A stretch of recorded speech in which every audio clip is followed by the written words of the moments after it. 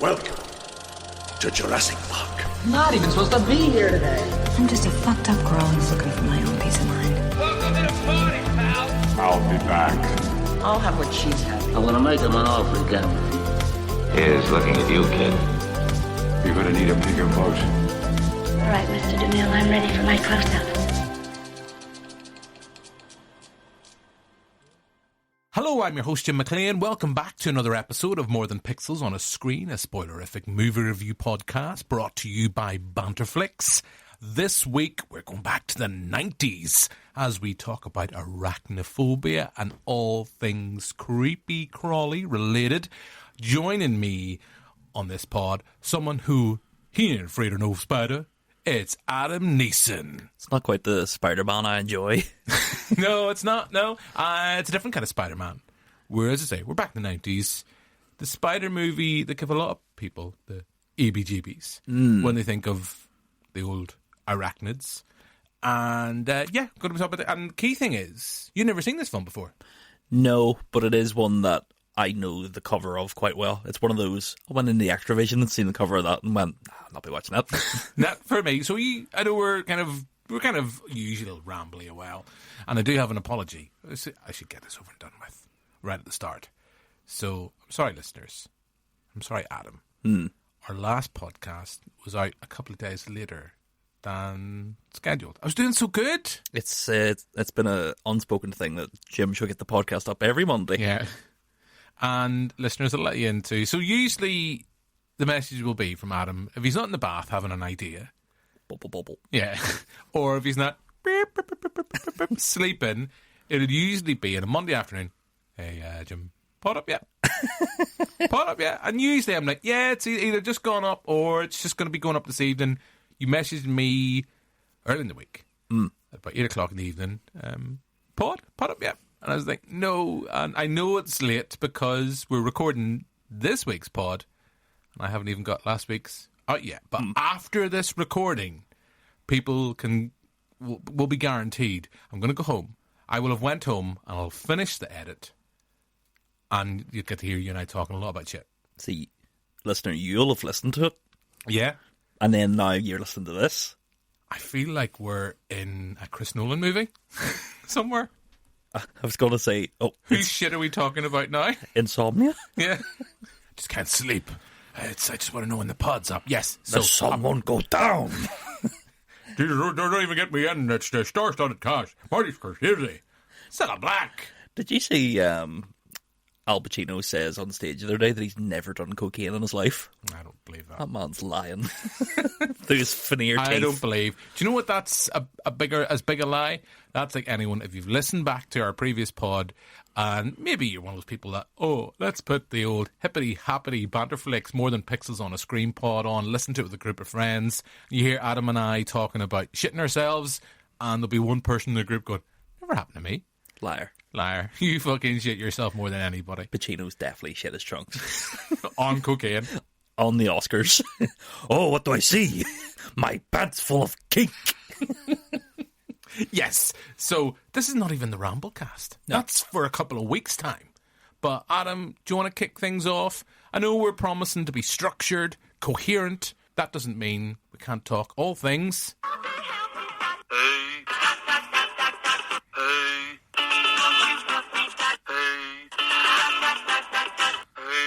So we're talking about Doctor Who, as always, because Shooty Gatwa's tenure is well underway now. It's past the halfway mark now. It is. By the time people listen to this, there'll be an episode ahead. Yeah, so when we record before Saturday. So the most recent episode hasn't aired for us yet. Mm-mm. You've seen what for us is the latest episode, which is... The one, Bubble and Dot. Dot and Bubble. Dot and Bubble. Sounds like a bit of Macbeth, boiling trouble. All that kind of stuff. I'm still an episode behind. Mm-hmm. I caught up to 73 Yards and the Stephen Moffat written episode. Did he direct it as well? No, I think he just wrote it. He just wrote it. And I definitely think there's an improvement from the first couple of episodes. I still don't think there's been nothing amazing about it. But funny, I was talking to a guy, massive Doctor Who fan, was talking about with Russell T Davis's tenure before, first time round. It was a bit like this before. It started off a bit slow, and then we had Dalek, and then things started to, you could see where they were going. You're an episode ahead of me. I thought 73 yards was good. I just think it had the confines of trying to kind of do like a horror motif or a horror nods to the horror genre within the confines of a Saturday night TV show. And I've seen it done better. Yeah. I think the payoff was a bit underwhelming in that episode, and certain things that there's, without being too spoilerific, we see Ruby and her kind of, she loses the doctor. He's not in it very much, and we see her life to an extent without him, and how she's haunted by this older woman who's always 73 yards away from her. And there's a story about the Prime Minister or a future Prime Minister, and okay, I know we're kind of going into, well, not spoiler, but anyone who comes into contact with this woman runs away. And did I miss something? That didn't really get explained for me. No, it kind of is like, oh, they hear something about Ruby that makes them like run away or be afraid of her. I don't know how that applies to the Prime Minister and why he would resign over that. And runs like a wee girl. Yeah, it is funny that, like, in that scene, he hears the old woman talking, and then he just, like, literally, like, shows him, like, a cartoon run out the door, and then the next thing, BBC News, oh, Prime Minister resigns from office. And you're like... He's a scaredy pants. But that's what I'm saying. Did I miss something? That's what I'm saying. Did I miss something in the sense... The payoff on that, in the sense, so the old woman encounters a couple of people in the Welsh village. Mm-hmm. They all run away like fuck. Mm-hmm. And then... she encounters her foster mum. Yeah. And then there's a nice little nod. So we have Unit coming back.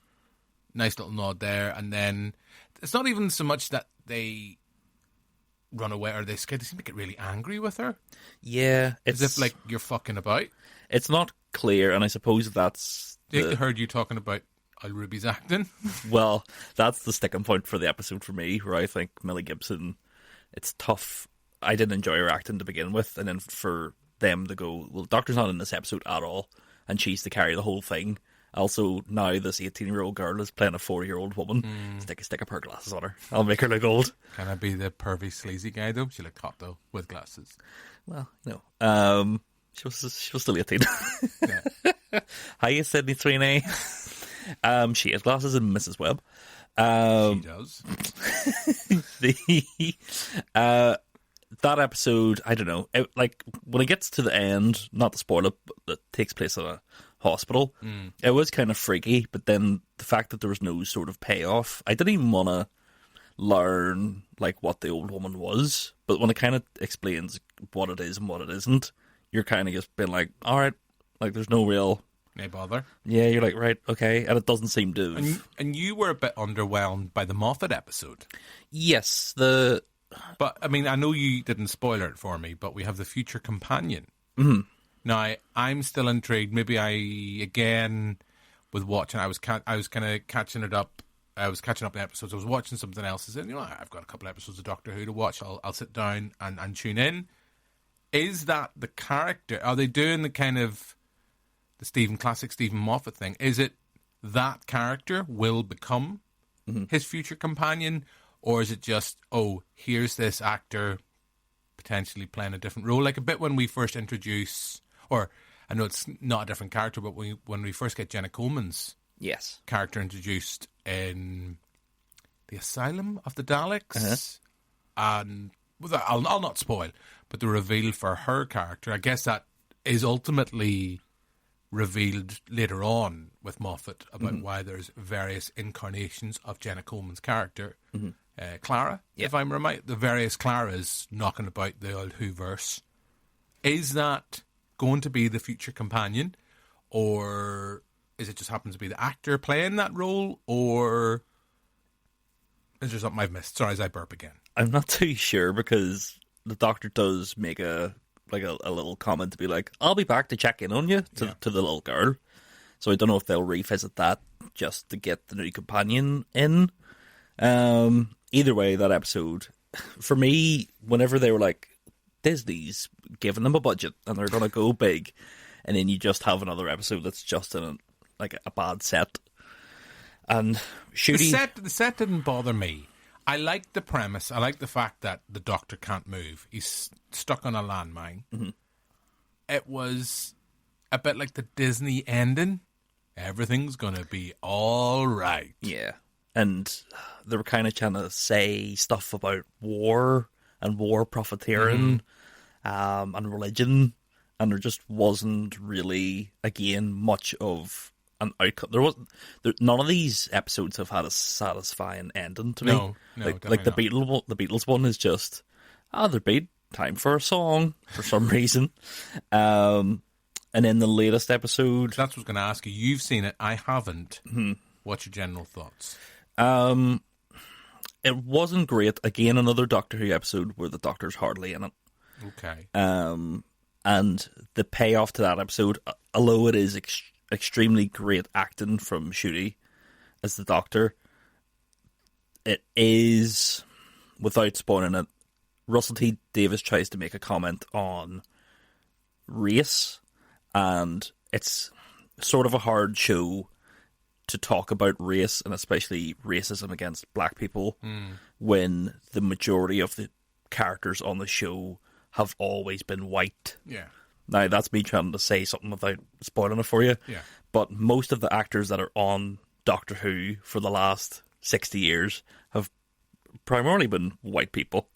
So to try and make a commentary about race and people... Well, we really only had... I know there's been more recently, but like Noel Clarke was like the first black companion. Even then, he wasn't a real companion. There was him, and then there was Billy. I'm sure there's somebody... There's someone, I can't remember the actress, apologies. Martha. Yeah, Martha took over from Rose. Rose. And then there was Billy... That's Capaldi's tenure. Then, spoiler, she turned into Cyberman. Yeah. He did. Well, that's all right then. You beat me to it. But, I don't know, I can't even remember what the preview is for next week. I think it's the Bridgerton, quote-unquote, episode. Okay. And, again, I want to see Jonathan Groff.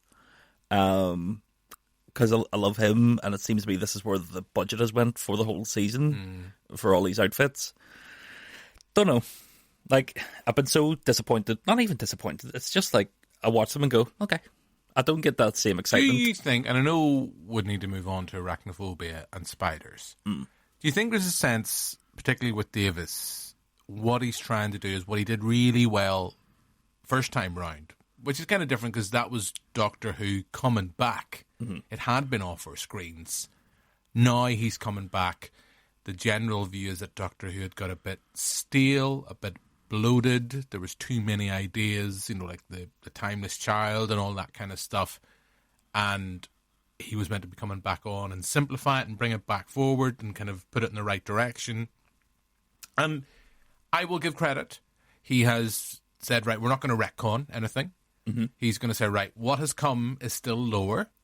We're going to embrace it. We're going to carry it forward. They have picked what they want to go forward and said, right, we'll take this and take that. But they're not ignoring it. I think what it looks to me, like particularly when you look at Space Babies, he's saying, right, we're going to make this a kid's show again.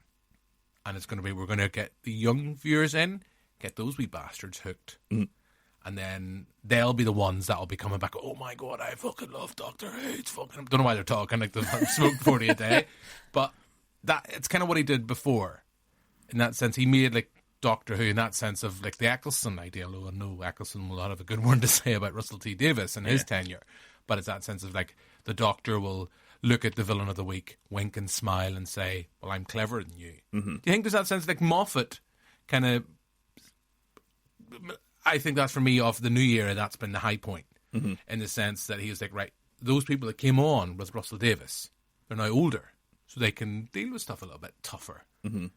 Chris Chibnall, whatever you call him, Chibnall, I know I want to call him, kind of lost the plot a bit. He never really... His big ideas never paid off. Yeah. In that sense. The big ideas like the Return of the Master, and then you had the Time Lords, and the planet, you had Gallifrey was destroyed, or Gallifrey, it was pretty much destroyed. Then you had the the Time Lord Cybermen, but just it looked. I remember at the time saying, I think it was the Joe McElroy we were discussing. I was like, it actually felt like a big nod back to the Russell T Davis era. In that sense, it's like you take this really dark premise, and then you have Cybermen coming in dressed as they're from Gallifrey, and it's just like silly. Yeah. But do you think is that problem in the sense that this one, although we've already said we've had one that's definitely tread its toe in horror, we've had one about war and morality, but is maybe accepting that it's aiming at a younger audience to get that audience back? I kind of feel like it is trying to play both sides, but it's not really. I know it's some people on Twitter are loving it, but I know a few people that seem to be loving it. I remember whenever the 2005 reboot was coming out, and the main thing everybody kept saying was, I remember when I was a kid, I used to hide behind my sofa from the Daleks, and that was the big selling point. Like, even with Rose, the first episode, like, even though those mannequin things were silly, they still played it for horror, or even like, oh, this could happen to you. And Doctor Who is that why you won't go into like Debenhams or anywhere like that anymore? I rub their fannies just in case they are alive.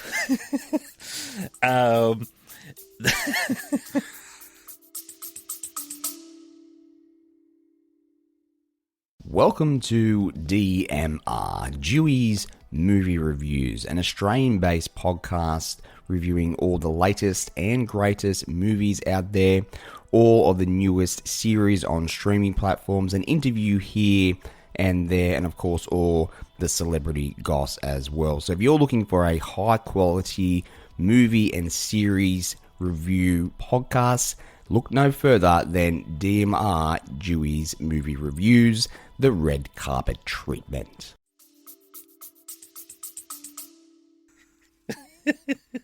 That way people keep asking you to leave. That's why you have to go to Smithfield Market. Or my fingers smell like plastic. I feel like the Doctor's at his best when he's like saving a group of people. Like some of the best Doctor stuff, even from like early Russell T Davies, was like, The Mask, the World War II one, where at the end, like the Doctor's like, everybody lives, and like he says, like Doctor dances. Yes, like that sort of stuff. Like it's memorable, but there isn't really anything memorable from this apart from like one. Isn't that the episode where everyone's like, I want my mummy? Yeah, great. Yeah. And I just feel like there isn't a point that is a standout that doesn't feel like they've specifically written it to feel like a standout. So far. Do you know what I mean? Like at the end of like, but they're obviously confident because they're putting it into the cinemas. So I think the way it's working, the finale is going into cinemas. Mm-hmm. The previous week's episode will be re-released, so when you go to the cinema, you'll have that episode to watch along with the finale. So clearly, obviously, it's going to be a two-parter. Mm-hmm. And you have your theories about this. Yeah, but like I said the other week, maybe that Ruby is, the reincarnation of the Master, or even like maybe the Master's kid. Yeah, because that's funny. I was talking to possible future contributor, a guy called Darren, who was saying his theory is that it's it's the Master's daughter. Mm-hmm. Which might be cool, but also, which Master is it? Mm-hmm. Are we getting a new Master? Is it an old Master? And will this new audience, like, if they do like a Vince McMahon, it was me, Austin, like, are they going to be like, who the fuck's that? Like, are they going to get John Smith? Are they going to get, It would be the ultimate move if he took down his mask, or he took down his fucking thing, and it was Matt Smith, and it was revealed that Matt Smith was the Master. That would be fun. It's not going to happen. It's not going to happen. But unless they get someone, is that why your scripts keep getting turned back, rejected? Why can't you get one of the boys from the old ones back? Christopher Eccleston. He can be a body. The promise, Christopher Eccleston, that he could shoot Russell T Davies in the head. And he's like, I'm in. I'm on board. You've done it again, Howard. You can play your character from Shallow Grave. No problem. Got ya. Right. So, yeah. So it's interesting because at the minute, I always seem to be an episode behind you. Mm-hmm. Maybe when we talk about this next week, we'll have caught up. Mm-hmm. But then, because of the way the pod's recorded, we'll be behind. Still be an episode behind. So on that note, that's our Doctor Who chat. That's the weekly little bit that we're kind of obsessing about. No Liam, no Scylla, just for a little bit. I need to give them a break. It'll be Silla's on our holidays in hell. And Liam can't be phoning you at all hours. He's busy making Nick a gum. We'll have to be... Because maybe we can get, set reports from him. Maybe instead of him phoning you could be phoning him. You're right. But, Roman charges. Yeah, true. And Marty's just, busy at the minute. It's better weather, the barbecue season. So he's busy. So I think we'll just focus on Doctor Who for now. But on that note, I think we'll move on. We're going to talk about Arachnophobia, as I mentioned, because Sting is back in cinemas. No, not the biopic for the lead singer of The Police, but a arachnid from space. He gets rather big and stalks an apartment. And I think I was talking about this in the TV show. I think it's New York. I think it's an Australian production. Yeah. But in the kind of Mad Max kind of way that we talked about before, they've set it in New York, obviously, to, increase its appeal to, Americans. To be like, where the fuck's that big fucking spider in Australia? I knew them bastards were bad. And it stars Furiosa. It does. It does. I forgot about that, actually. Yeah, because I didn't realise that until we were talking about it in the TV show. So, I think we'll play a little clip of Arachnophobia, and then we'll come back and chat about the movie. Bunny Beachwood says that everybody's calling you Dr. Death. Well, that's just silly, Shelley. And they say you want to cut people up into little pieces. Look, it's called an autopsy. It's not a very pleasant thing. But sometimes it's the only way to find out what really happened to a person. But there are some doctors who should know better who just won't accept that. So that's a clip of Arachnophobia, Jeff Daniels.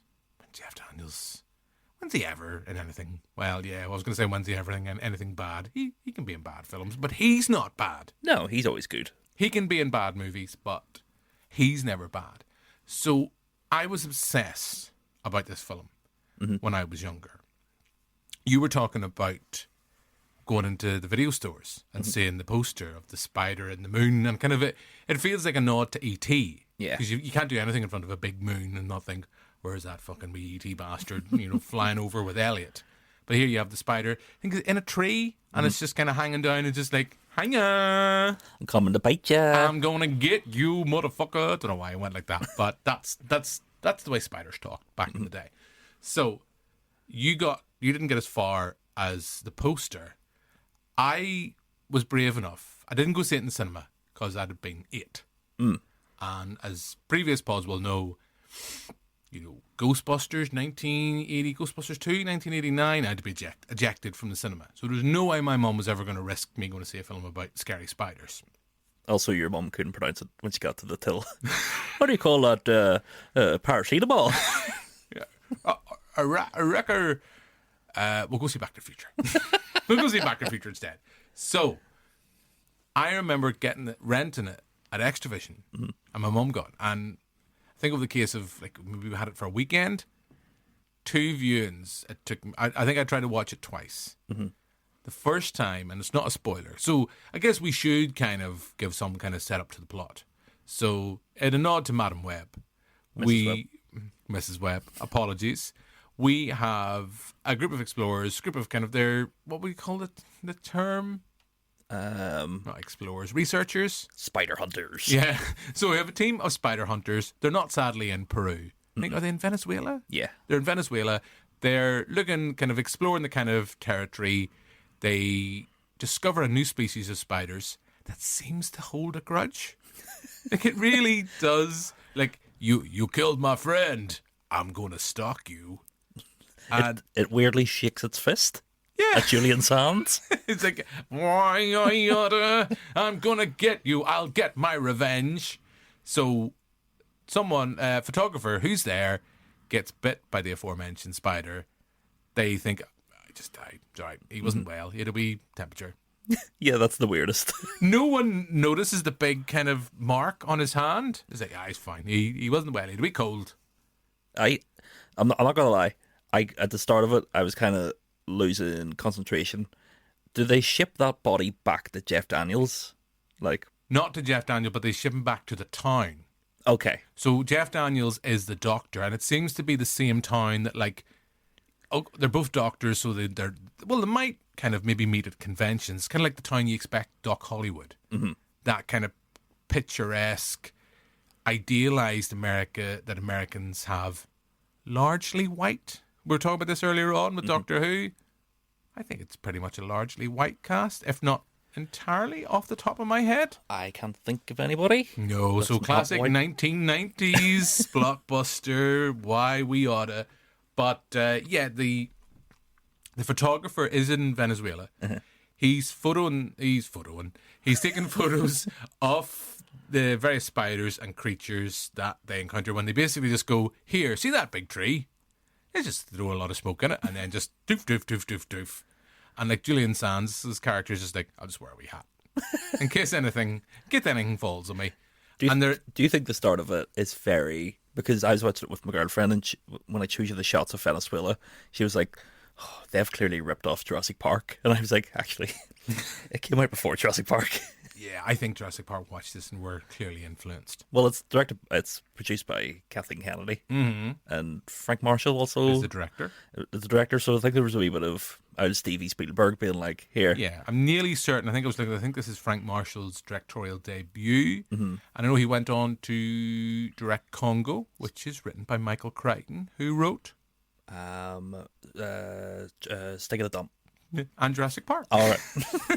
So there we go. It all comes full circle, because there is weird bits at the start where he's like, oh, he sees the big web and taking photos, and there's the wee spider behind him. Can I go? Don't you come near me, wreck my home? These people coming here and they're always trying to rip down my web. I don't know why I'm being very racist with my kind of terminology. And yeah, they discover these spiders by throwing a lot of smoke into a tree. I think they discover 2 or 3. Just a couple of them are dead, a couple of them are alive. There's the bit where it's like, yeah, I'll just get macabre. Pretty close. That fella's dead, and it's like, vroom, it's weird that they shared belly solid smoke none. That's like throw them up. It's weird. I don't know why Julian Sands said that. I know that was his view. All right, Northern Ireland. I know you should maybe visit around the 12th and see what he thinks. So yeah, this is my whole point. It's like this weird moment where the photographer squishes one of the spiders, and you see like the daddy spider. I think they reference later on like the colonel or the. Hey, boy. No, but he literally is like watching from afar as if to go, I'll fucking get you. Because he literally follows them, and then it's like when they're walking past with the carrying all the stuff, he like literally boink, jumps and goes back to their little camp, and then the fella's like, I don't feel very well. I'm gonna go to bed. It's like, all right, where you go, mate? No bother. Don't even take a part. Well, I think he takes paracetamol. Yeah. And he's like, oh, got a wild itchy ball sack, and then just goes down, ching, boom, spider bites him, he dies. And then no one's like, oh, he's fine. Oh, fuck it. He had the cold. Fucking had COVID. Fucking ship him back. And he looks like he's an act. When he is shipped back, the town has a weird name. Begins with C. I can't remember what it is. Golibaki, indeed. When he comes, he looks like an extra from Life Force. When he's all drained. Because literally the spider. Why is the spider not huge? You're going to have to watch Sting for that sort of quality filmmaking. We'll talk about Sting later. So he gets back. He's been eating away on your fella, the photographer, and then through a bit convoluted ways, I think it's a magpie that picks him up. One thing I do love about this film, right, because I don't think you'd make Arachnophobia now, because there's a lot of actual spiders there. That's what I was impressed with. So we have in this film, there's a lot of real spiders. I'm not quite sure the particular species that they use, but they're creepy looking bastards. Yeah. And there is some animatronic, I can never say that word, apologies, some models. I think they just about get that balance right. I think near the end, it goes a wee bit too far. And I will later on say one of the reasons why after years of really genuinely struggling to watch Arachnophobia, someone said to me something once. I was like, oh yeah, good point. And I've been able to watch it ever since. But it does go a wee bit silly when it's like spider. But we're jumping ahead. So it is a bit convoluted. Spider gets picked up by a magpie after the kind of creepy sequence where they're in the mortuary. Then there's the dog, and the dog's like, fuck that, I'm out of here. There's the cat, and the cat's like, what the fuck? Where the fuck's the dog going? What? Fuck that, I'm out of here. And then you just see the spider legs coming out of the cat flap, or dog flap, whatever you want to call it. Picked up by magpie, ends up at Jeff Daniels' new house in the barn. Somehow this big spider, right? It looks pretty big. Rides a wee house spider Is that the right term? Uh-huh. And you look at the spider when they pick it out of the car. It's like, it's tiny. He's a big lad. Mate, he's been all the way from Venezuela. He's been holding in those eggies. Yeah. Ready to burst. He's been draining the photographer fella. See when Jeff Daniels goes up into the barn, there's like loads of spider webs. Yeah. It's not webs, mate.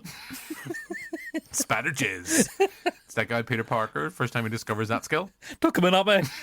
Don't! I'm sorry, I've done it again. I need to call it. Yes. So, spider from Venezuela, very venomous, manages to, it doesn't even like wine or dine there, wee spider, just is like, what's happening? Real Delgan. What's happening? So they create a new breed of spider, very venomous, loads of little spiders running around this town, killing people, and Jeff Daniels, who's just moved to the town, gets dubbed Dr. Death, because people who he goes to see, coincidentally, those spiders are like, hey, we'll follow him. He's like the cat from Dr. Sleep. Yeah. Just wanders in. Oh, fuck. Like, what about you? Oh, you're fine. Your blood pressure's grand. So you don't need to take them tablets. And the spider like, well, I'll show him. My husband's dead. He only had an ingrown toenail. So this gets me to my first point. The first death in the town. The bit with the guy in Venezuela creeped me out a wee bit. Yeah. And I remember kind of like being creeped out by the close-ups of the spider's eyes. And the creepy bit of like the spider like in the rucksack. But then at the same time, I'm like watching it for this pod. I'm like the bit where the spider's like running for dear life to get onto the to jump into the rucksack because it's like I'm gonna get my revenge. Yeah, like, that's bad. Yeah, it's pretty. That's pretty silly. But the first point where I remember literally going, nope, I'm out. The first death, so the spider, and it's running around the house, and she has a cat again, and the cat's like, here, fucking love spiders there. And then the point where she goes to turn off the light, and the wee spider just comes down and bites her. I vividly remember being younger, being, no, I'm out. Is it because you thought when you went to bed and turned out the light, you'd be like, what if it bites me? Yeah. Because I genuinely never liked spiders. And they were smaller then, not to sound old man in the room. Spiders have here anyway, have definitely got bigger. I know in Australia they're fucking different level. Yeah. But here, like in the last maybe 10 years, or maybe I'm just noticing more, spiders definitely getting bigger. Yeah, like house spiders. I can't even remember the last time I seen a spider that I was like, oh fuck. It's very rare. I vividly remember when I was, well, maybe 5 years ago. I remember, like, I was in my bedroom at home in Oma. I was working for once. And I was typing stuff. I might have been editing a pod or writing something back in the days when it actually bothered me arse to write. And you want something like catches the side of your eye, and you're going, what the fuck's that thing there? I could have sworn I'd seen something scuttling about the place. And like that evening, I was sitting there, and every so often you'd be like, when you see something at the corner of your eye, and then I just turn around, and what can only be described as Shelob from Lord of the Rings just is sitting there. And do you know what I hate about spiders more than anything? I don't mind a spider. If it gets into your house and you go, here, come here, you wee bastard. I'm in our house, my lovely wife is terrified of spiders. So if a spider appears, I'm the bouncer. It's like, well lads, but sorry, gotta go out. I don't like killing them. So I'm usually like getting a wee glass jar and then away you go. Yeah. I don't mind the ones that you're like when they see you're like, oh fuck, he's after us, gotta run. See the one wee spider, and I'm sure listener as well, you've encountered this. I'm sure you've encountered this as well, Adam. You're the one wee spider when you're like, come on, son. I don't know, terrifying the wife. And come on, you fuck up, come on. When annoying next door, and it just like lifts one leg as if to go like, what are you gonna do about it? Yeah. As if it had a cigarette and it's one of its hands going, yeah, try your best. Those spiders scare the shit out of me. And I'll tell you, this is a true story. And I haven't got really talking to you about the film yet. I've just ran off and talked about, because I'll be honest, Arachnophobia is a film I love. I genuinely love it. Even though it took me so many years to actually watch the fucking thing. But 2-3 years ago, it was my 40th birthday, so I'm 42, so it was 2 years ago. We'd been out, my birthday's in December. Belated again. Happy birthday, Adam. Thank you. It was your birthday last month. And we'd been out for dinner. We came home to my mother-in-law's house. We were just sitting in the house, and I noticed, I was looking up, and just above one of the windowsills, I was like, oh, Francis, you've left one of your Halloween spider decorations up. Because, I mean, it was, I know it was as big as my hand. Huge, big thing. I was like, Frances, you left your spider decoration up. She's like, I didn't have. It's the start of a classic horror movie. I don't have any spider Halloween decorations because I don't like spiders. Mm-hmm. And I just looked up and it's like, all right, fuck, that is a spider. And it's like, no. Was it like the end of Enemy? Yeah, I was literally like, I was actually when I got that. It's the one time, I'm sorry for anyone here who's animal lovers. I got the Hoover. Oh. I got the Hoover because it's like, I was like, I didn't have a glass big enough to put it in. But even when it was at the Hoover, it was like, even the Hoover, the hose of the Hoover was like, here, mate, there's no fucking way. Do you know what the spider hose was like? It was like that wee house spider in Arachnophobia going, there's no way, big lad, that's going to fit. No way that's going to fit. And I remember it took Amber and I ages. And we were talking because we were watching Sting, which I know we'll come back to. And I was like, that scared me more than Sting. I might have let my thoughts towards that film. So Arachnophobia, I went off on one and just kind of talked. I know we'll talk more about the film, but you'd never seen this before. And you were kind of had a couple of flaws. You weren't enjoying it at the start. When did it kick into gear for you? Kind of in the middle and then lost me by the end, I'll be honest with you. I really enjoyed Jeff Daniels. I love him in Dumb and Dumber, obviously. But obviously he's great in like Something Wild and Speed. I love him at Speed. And then like Newsroom and stuff, like it's more serious stuff. But I love him in Newsroom. I feel like not he, but the movie itself, like in the middle, was kind of just like, oh, it's interesting, it's building to something. You know, there's a mystery in the town. Who's killing these people? What's happening? Well, we the viewers know it's the speeders. Yes, but that's sort of the issue for me, because then by the end, because it's like Jeff Daniels is afraid of spiders. I wonder how this movie's going to end. He's going to have to face his fear of spiders. It's kind of like, okay. And then it is impressive, the whole, practical spiders and people being covered in actual spiders, The stuff in the finale, the swarming scene, even watching it now still gives me the EBGBs. Like, they'll just be like, oh, we'll try and get out of the house here. And for some reason, I'll try and get out the sink. And all the spiders come out the sink. It's like, Jesus. I think it's maybe I don't have a fear of spiders like that. Do you just distrust them? Do you think they'll let you down one day? It's because I hope they bite me one day and I become the Amazing Spider-Man. We'll get to a movie later on that not scares me, but gives me the heebie-jeebies because of the size of the spiders. Right. And I'll spoil it for you. It's not Sting. It's another movie.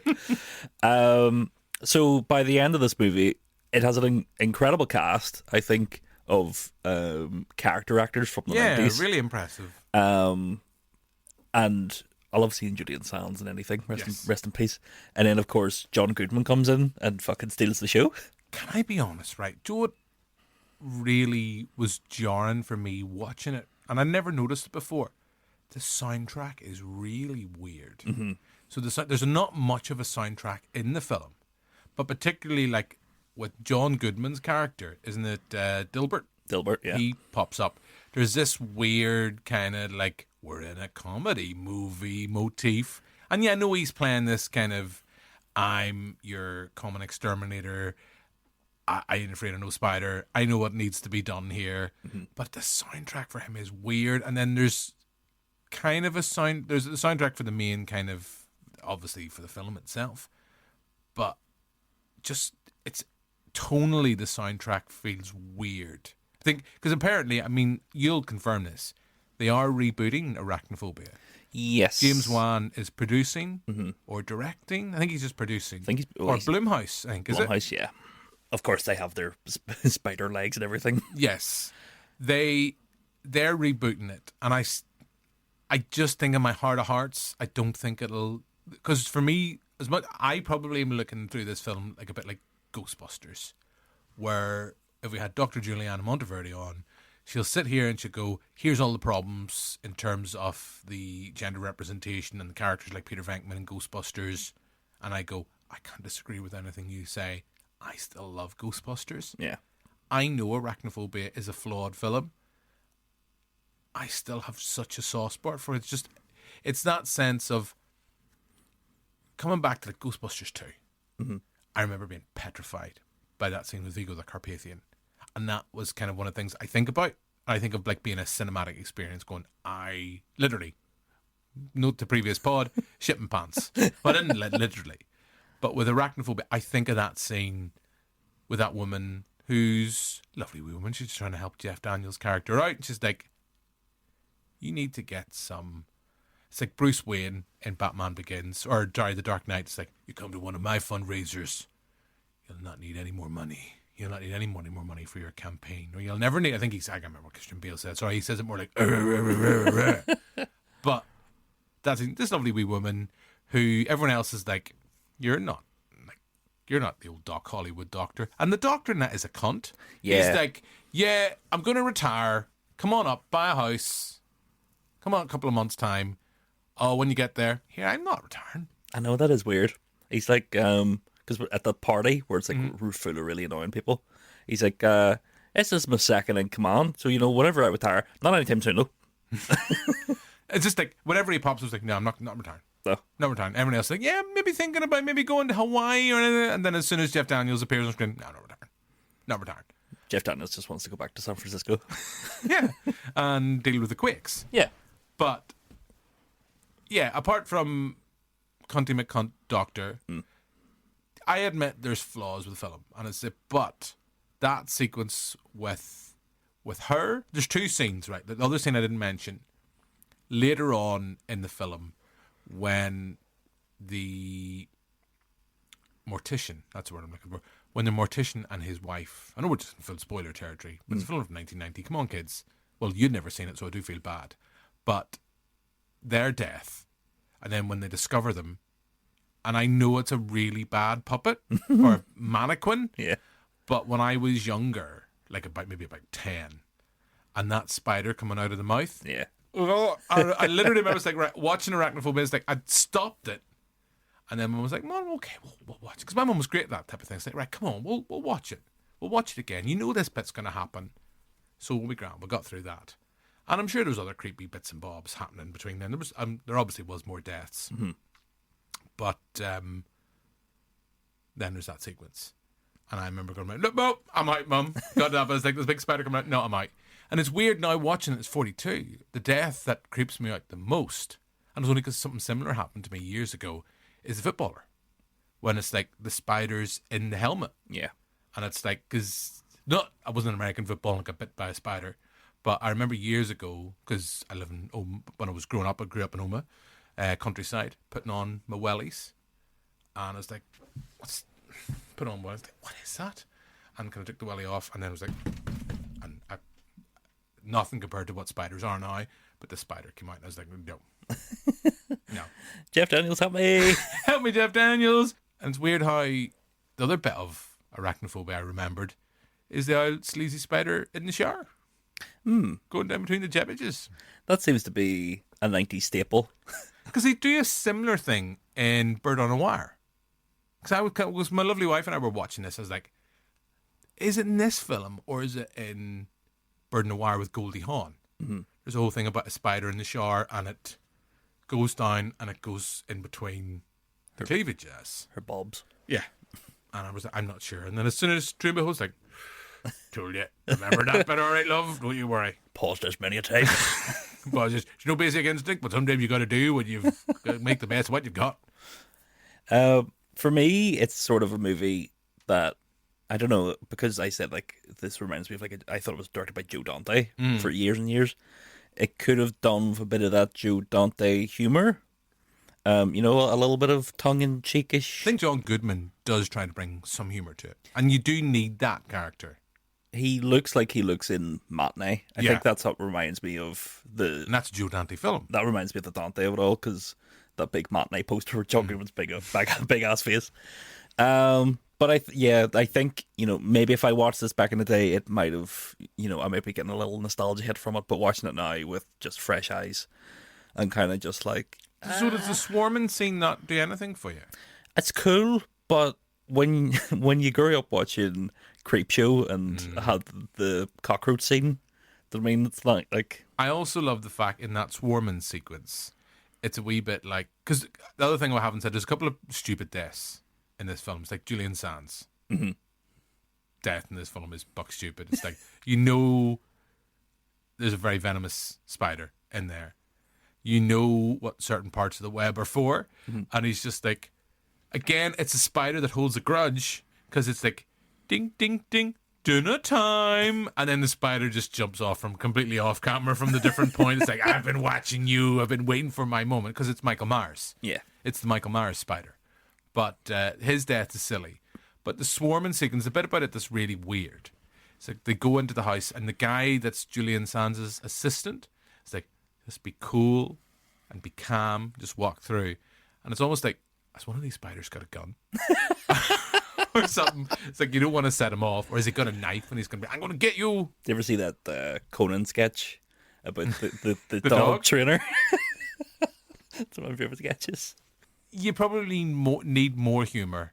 Probably the most humour is like when John Goodman is going through the house and kind of like, well, I think we need to rip down those whole ceilings. Like, can we do that? No. Oh, let's move on then.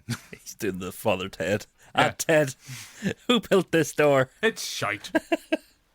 And it is kind of funny whenever Jeff Daniels is putting the nails straight through the floor. You're kind of like, well, it's going to come back. And then he runs up. You could have died. It's like, well, they wouldn't have died. No, they had a sore foot. Yeah, you would have got, although if the nail went straight through into her head and he came running up, you never guessed about my wife. She's dead. Yeah, and I guess there is also a sense like the people kind of going every time when Jeff Daniels' character's like, I want an autopsy. And there's like, you're fucking obsessed with these autopsies, Jeff. It's we need to know why people died. It's like, they all had the cold. Pretty much it. They all had the cold. That was it. Yeah, they're like, small town America, we old women, all deed. All did. That young fella probably had a heart problem. Be fine. I'd be out. Be alright. It's what the family would have wanted. If I have to do an autopsy, I'm going to have to put another quid in the meter. But the swarming sequence did give me the EBGBs. But here's the thing, right? So I was talking about the finale. It's weird how you remember things differently. I remember the spider at the end being huge, almost like Sting-sized. But it's not. No. It's not that big, but it's weird how you remember things in your head and you make it worse than what it is. But someone wants, and they make this reference in Sting, spiders don't have vocal cords. So there's a lot of the times when the spider's jumping at something, it kind of makes a high-pitched squeak noise. Boo! I'm going to get you. I'm going to bat you and suck you dry. Because, that's what he's into. He's in small-town America. And when he makes those squeaking noises, when someone said that, it's like, all right, okay, it's just a puppet. Yeah. And watch it. Although, coming back to that point I was making about, like spiders, when you're trying to move them, and they just kind of like, one wee leg or something. It's like, make me. You want to get me out of your house? Come at me. The sequence when he's in the wine cellar, and he's kind of looking for this spider, and it's behind the actual empty racks, and it just cuts to the eyes of the spider. Even now, that still gives me a little bit of creepiness. It's like going, yeah, he's a bastard. He's a bad one, that spider. He's going to kill... he's going to kill Jeff Daniels. He's going to kill Harry. But I also forgot about the total OTT nature of the final kill sequence with the nail gun. I had forgotten just how silly. So spider goes in fire. He's like, as a rule of Scream, as we know, got a double tap. Double tap it. They always come back. Spider comes back, and he's like, turns into fucking Charlton Heston. There's a reference for the kids. Just kind of turns around, or Clint Eastwood. There's another reference technically for the kids, and just kind of gets the nail gun. Manages to time it perfectly, that it goes not just through the spider, but the spider is then propelled, who's on fire at this point, into the spider's nest. Perfect. Yeah. How 90s can you be? They don't teach you that in doctor school. No, you do not. Definitely. So I'm a bit. I guess I knew it was probably going to be an impossible thing. I didn't realize you'd never seen the film before. So it's that sense of this whole idea of more than pixels on a screen. It's like people going, "Oh, fuck, this film had an impact on me," because I think there is research to say, scientists at the time or researchers did say this film was very much like Sharks. For Jaws, what Jaws did for Sharks, Arachnophobia did that. Mm-hmm. It's not at Jaws' level. I know that. Even at the time, probably when I was watching it, scared shitless by spiders. I probably knew it wasn't Jaws level good. Yeah. But I'm not surprised, but I'm disappointed. No, they didn't like it? Yeah. Do you feel there's anything else we need to talk about? You've talked about, I know we've mentioned kind of in passing, brilliant cast. Loads of character actors in there. Just a lot of familiar faces in small roles, but they're memorable, I guess, because that you know who they are. Mm-hmm. People like you've mentioned, Gillian Sands and stuff, John Goodman. The Mimi girl from the Drew Carey show. Yeah. It's just full of like when you look up the cast list, unless, it is one of those ones where it's like, oh, all of these people were probably big in the 60s. Yeah. But then you look through it, like, it's a movie that you wouldn't be surprised if Pat Hingle was the mayor of the town. Because we love a bit of Hingle. Yeah. Our mortuaries are open. Yeah, Arachnophobia. I think it's definitely worth a watch. I know, everybody is, but we'll be doing a wee 90s retrospective soon. For this to be the start of the 90s to what we got at the end of the 90s, it is funny to be like, it was the tail end of the 80s, tail end of the horror, schlocky sort of stuff into the 90s.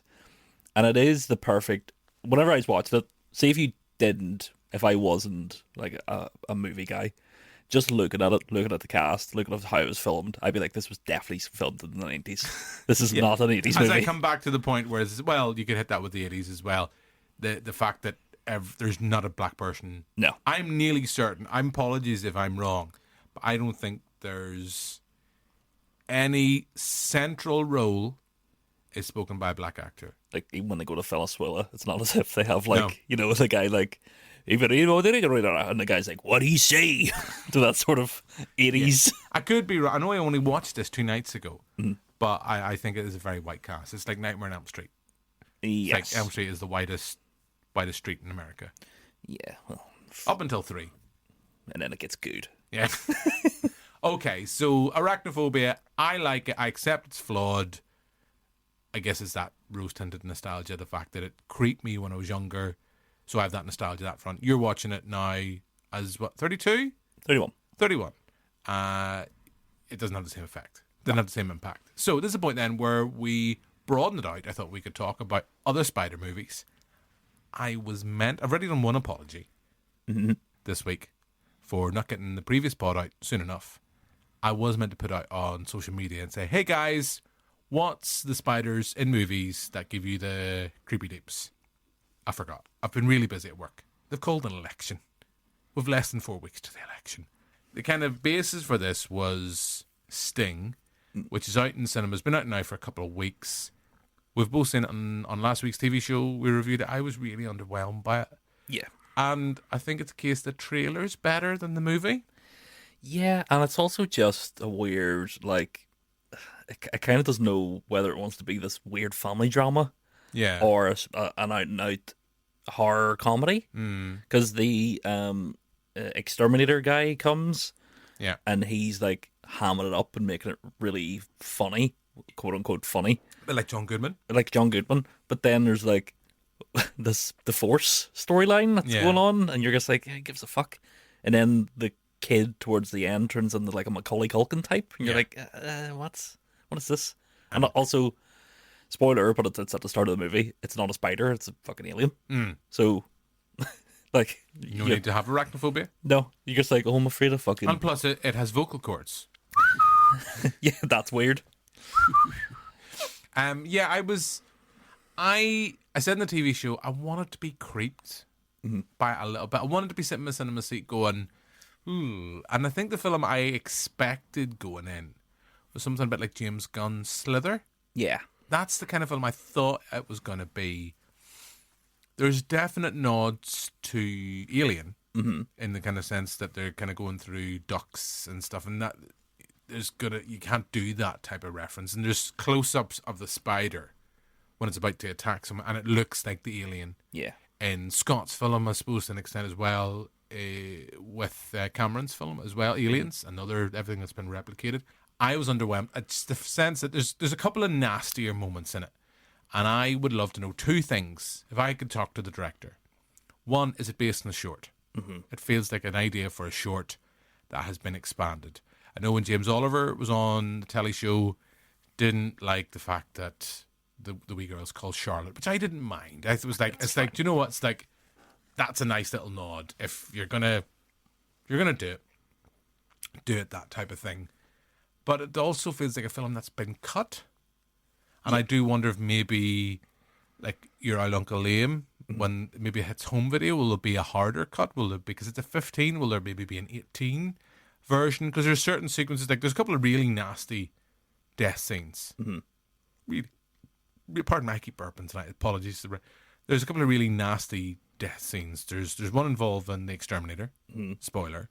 And then there's another one with just this a woman who's living in the apartment. Yeah. And it's pretty horrible. It's pretty nasty. And it's like, it kind of looks practical. Mm-hmm. I think there's definitely CG there, but I think they have done some stuff practically. Yeah. So yeah, it's coming back to what we were talking about a couple of weeks ago with If. Mm-hmm. Or I think on the last show, we were talking about If. When maybe my expectations went and I wanted, maybe it's not the film I wanted. Mm-hmm. So maybe I'm to blame. No, it's my fault. I don't think so. It is just... it's okay. Yeah, the premise, you going in with the premise being like, right, spider gets bigger, it's in an apartment block, and I'm going in for Doesn't like mothballs. Doesn't like mothballs. That was weird. Did you understand that? No. Does spiders not like mothballs? No. I don't understand that. Let's bring one in right now. Hello, I'm Mr. Mothball. I do not like mothballs. I do not like them. They smell. Guys, we actually got to interview Sting. Let's cut to the footage. So Sting, how did you find the movie? Don't stand so close to me. I don't know. Like, I don't think it's our fault for going in with expectations because the movie itself, it seems to be getting good reviews, which I'm surprised at. And it was not amazing reviews, but like Empire give it I think 3 stars. And Empire were like, it's a slow burn, but then it does live up to its 15 certificate. It's like, really? Bar one death near the end. It's like, it's not really that nasty. I think it's also a success at the box office because it costs like maybe $7 million to make. Yeah. Which, something we always tout, make movies for less money. Yeah. Makes more money. But then again, with stuff like Godzilla -1, well, you can do, okay, it's slightly more than this. That's the good side. Whereas we'll have like The Strangers, Tarot, and this, where you're like, they're a big profit for the summer. And you're like, but not those films, please. Yeah. Just do more Godzilla, because I think Godzilla -1, it's on Netflix, and I think it's broken all records for the streamer. Yeah, because it's a good film. It's a good film, and that's the only way to watch it. Yeah. Which is nice. Although if you were lucky enough to go see it in cinema. Yes. Did you go see it in cinema? I didn't, unfortunately. I missed it. I know, I'm fucking raging. And I was like, I will spend £100 on that nice steelbook that's coming out, but it's only available in Japan. So now that Netflix has it... You know what, Adam? Just buy 5 copies of the Joker in Blu-ray instead. You know what, Jim, you're right. Just have more copies. So, spiders in movies. Mm-hmm. What are some of your big hitters that have given you the EBGBs over the years? Let me talk about my favourite Spider movie. And it's maybe because I seen it when I was young. Spider-Man. It is Sam Raimi's Spider-Man. No, it is Eight-Legged Freaks. Okay. Which I know isn't a good movie. But it's got David Arquette, though. Yeah, and a young Scarlett Johansson. Mm-hmm. And it has... Pre-nose job or after nose job? Is it Ghost World Scarlett Johansson? No, younger than that. Okay. It's Home Alone 3 Scarlett Johansson. Oh, okay. It has some good scenes. CGI, probably a bit ropey these days, but, the old granny knitting on the chair and the big spider coming over thing, the ostrich farm sort of kill, the guys on the dirt bikes and the jumping spiders. It's got a lot of cool shit in it that probably for me, why I didn't like Arachnophobia as much is because I've had Arachnophobia to the nth degree with giant spiders. Yeah. I think it's a movie that doesn't really get talked about this much either. No, it's not. I saw it in the cinema and thought it was fine. Enjoyed it because it's silly. It kind of reminds me, I think it was out later than it, or it might have been around about the same time, like Evolution, Ivan Reitman. Yes. Kind of 10-year kind of thing of silly stuff. They did advertise it as like, I don't know if you remember the advertising for it, where it was like a throwback to the William Castle. Yeah, like Tarantula. Yeah, like it was a throwback to that with like all the marketing. Like you'd see John Goodman in the cinema going, "Come on and watch Eight-Legged Freaks." Yeah, we'll put a buzzer on the seat. Yeah. With Scarlett Johansson tasers the guy. Yeah. But if you're listening to this and you haven't seen, go back, watch Eight-Legged Freaks. Also, unrelated, watch Anaconda, another 90s movie that has a big monster that's class. And Jennifer Lopez. Atlas's Own. Atlas's Own. She made that her own film. And Sneery John Voight. Yeah. He loves a good sneer in that film. Sorry, tangent, everybody. Have you seen the trailer for the Ronald Reagan movie coming out? No. Mate, fucking treat yourself later on. John Voight is in it, and they've... Does he sneer in it? Of course he... No. I don't know who he's playing, but they have... do you remember in Jackass 2 when they shave... Remember in Jack Bum 2 when they shave their pubes off and superglue it to Aaron McKee's face? That's what John Voight looks like in the Reagan movie. Okay, you've sold. Sold. I'm in. Treat yourself. Another spider movie from when I was younger. Not really a spider movie, but when I was younger, I went, Harry Potter and the Chamber of Secrets. Yeah, that was on my list, yeah. Like, when they go into the Forbidden Forest. Mm-hmm. Wasn't expecting that as a kid. No. Big fucking creepy spiders. Hagrid's mate. I can't even remember his name. His best friend. That's my best. I don't fuck that spider. Trust me, Harry. I can't remember the name of the spider. Aragorn? Something like that. Because he dies in one of the later ones, doesn't he? And then they have a big funeral for him. Because I always got mixed up with the spider from The Lord of the Rings. Shelob. I think it's something like that. She loved that spider. I think it's something like that. Someone will be like, eh, someone will be... No, this is exactly what's happening. In the Silmarillion, it was actually called Shibagalu. Shibagazoo! And then the last one I have written down on my list is Stripe in Gremlins 2 as the spider. Yeah, I remember that scene giving me proper EBGBs. So, per wee Gizmo. Yeah, and like a lot of shadow work. Yeah. See, Joe Dante should have done Arachnophobia. Knows what he's doing, but then I'll Stripey guess what's coming to him. It is weird that he's the bad guy in the first one, and then in the second one, he kind of gets wiped out, and then by the end, it's just that really posh gremlin. The clever one. Oh my, I shouldn't be, should I? And the sexy gremlin. Here, man. You would, wouldn't you? Oh, fucking right, I would. Yeah, you would. She's like the gremlin Jessica Rabbit. I do the gremlin. Them lips. Mates. Here. Wouldn't want to be getting her wet, eh? She'll only multiply.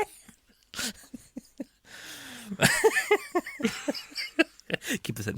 Yeah, it's going to be kept in, yeah. I'm just trying to think where to go. What's your favourite spider, Tim? What's my favourite spiders? I'm just thinking about an old wet, sexy gremlin. But you love it. It's like, hey, as I said before, a gremlin can't get wet, but they can walk in snow in the first movie. Figure that one out. Yeah. I'd love to have a conversation with the gremlin, being like, is water wet? And the gremlin's just like... Apart from the clever one. Well, actually, you'll find that snow and water, there's changes during the process, and that's why the gremlin can walk on it. See, we should make Gremlins 3. Yeah, we should. Gremlins 3's happening, isn't it? Or there's the TV or the animated series, isn't They there? made the animated series that nobody watched. And has it been and gone? It's been and gone for about 2 years. Oh, I didn't. I thought it was still coming. No, it's fucking well. Right? Shows me how I'm on the ball. So, spiders for me, you've mentioned a few. Return of the King. I remember I'd read the books, and it's that sense of you kind of picture something in your head. Mm-hmm. And Peter Jackson, maybe not to the same level with the Hobbit movies, but with the Lord of the Rings movies, he was really good at the thing you had. Maybe just Peter and I on the same wavelength. I'll Pete.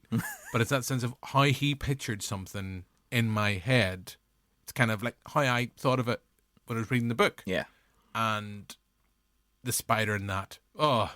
But the worst thing about it was I knew it was coming. And we knew, because I think he kind of tweaked around, because I don't think, if I remember right, it's been a while since I've read the books. Have the audiobooks.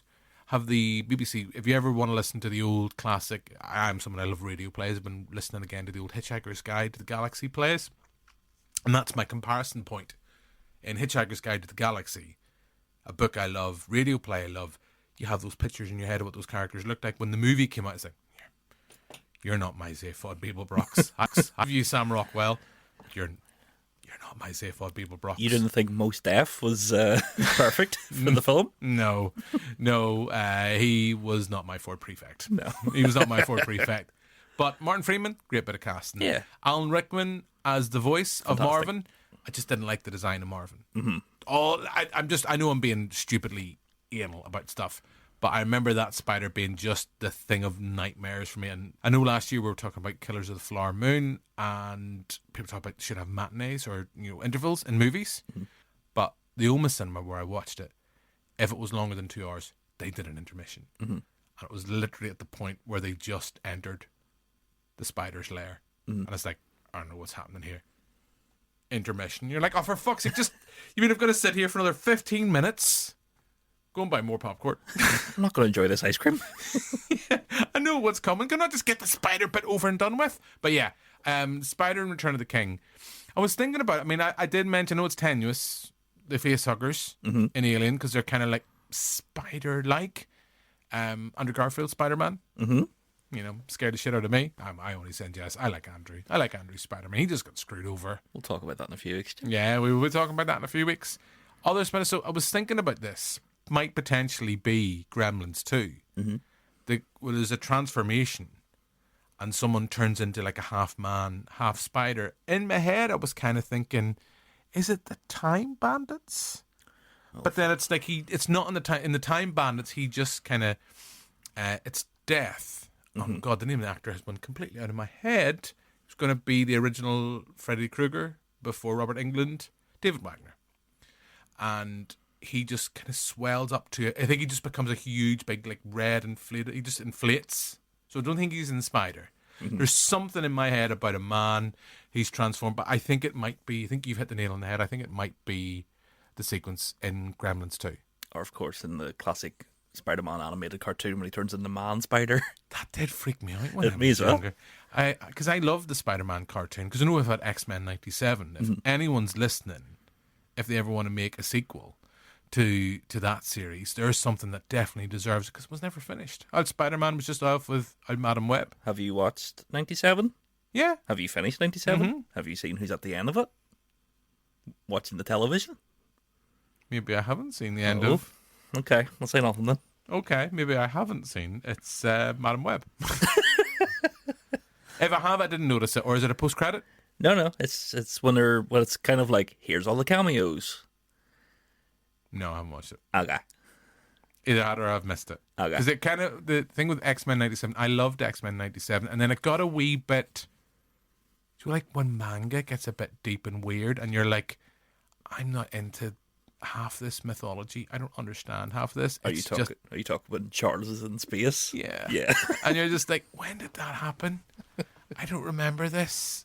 And then it just gets weird, and it kind of keep getting distracted by sexy Magneto. You're like, what happened to Cheeky's Rogue? It's like, clearly someone's been working a bit on Big Daddy Magneto. Power magnetism, indeed.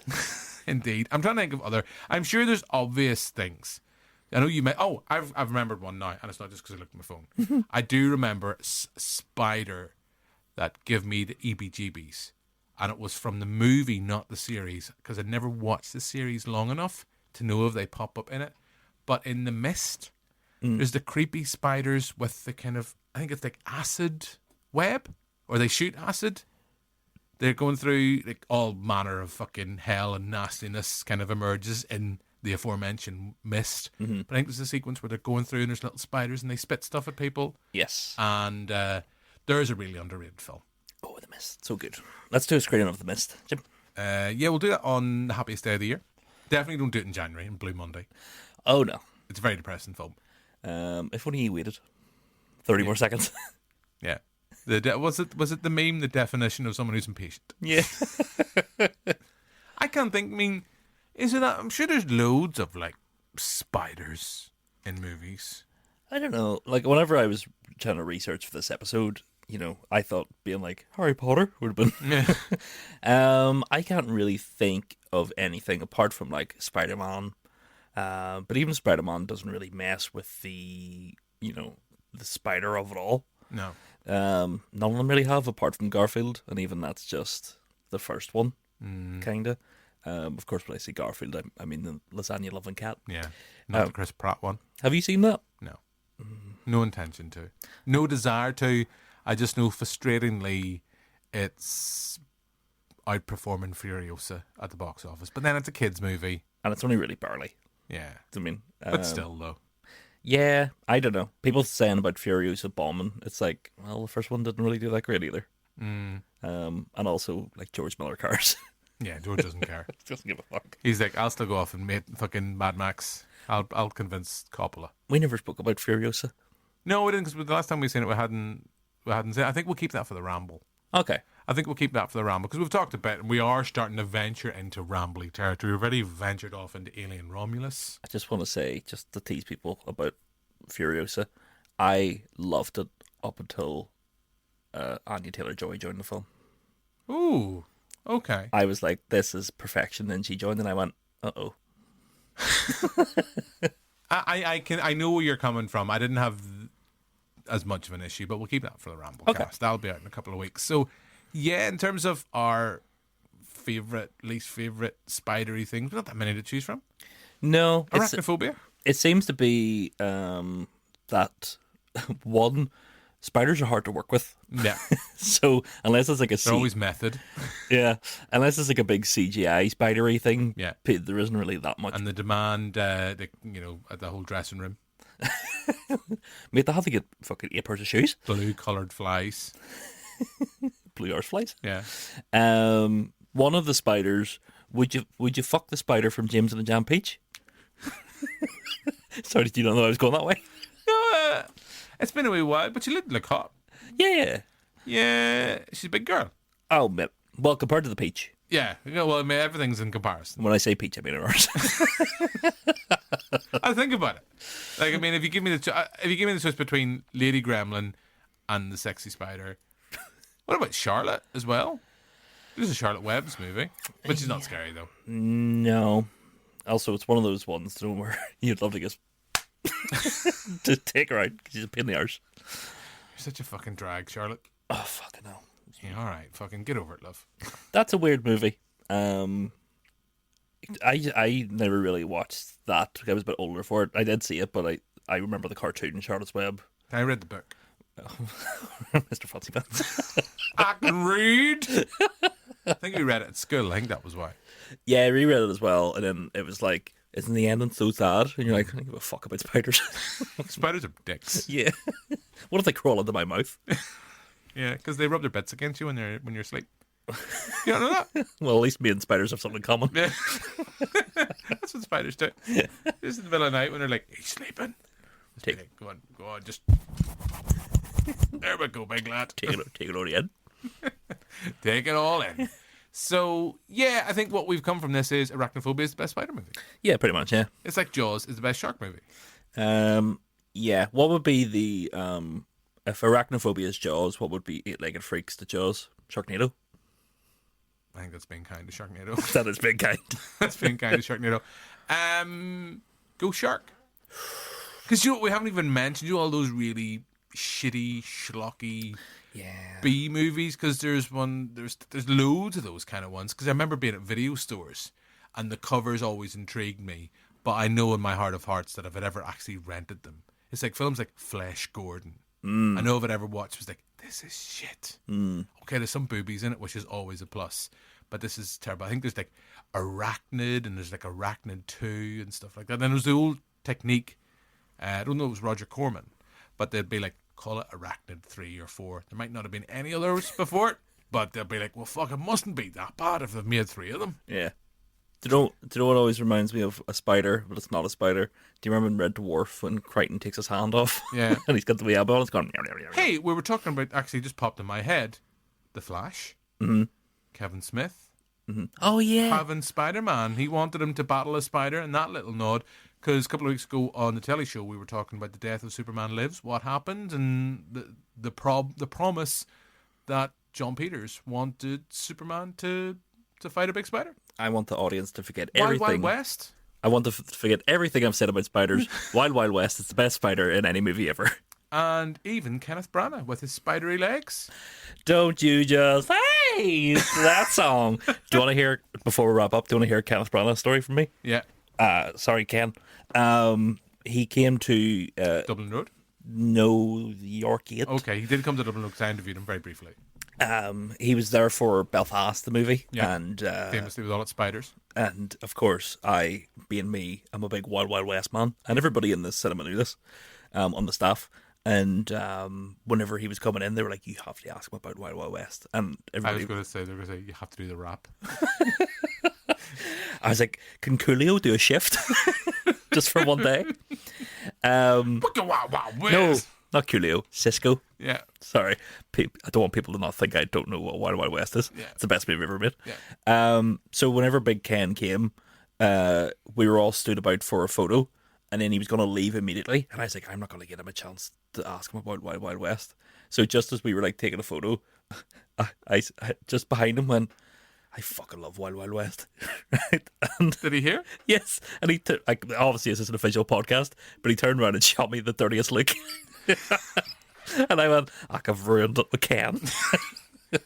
He was lovely when I interviewed him. I didn't mention Wild Wild West, though. We did get talking about, because he was interested in... some horror movie that was coming out at the time, and then he was like, "Have you seen Halloween Kills?" And I said, "Yes, I've seen it previously." And he turned to me and goes, "Not great." And I was like, Ken, you're right, you saved it, is what yeah, you're saying? I did.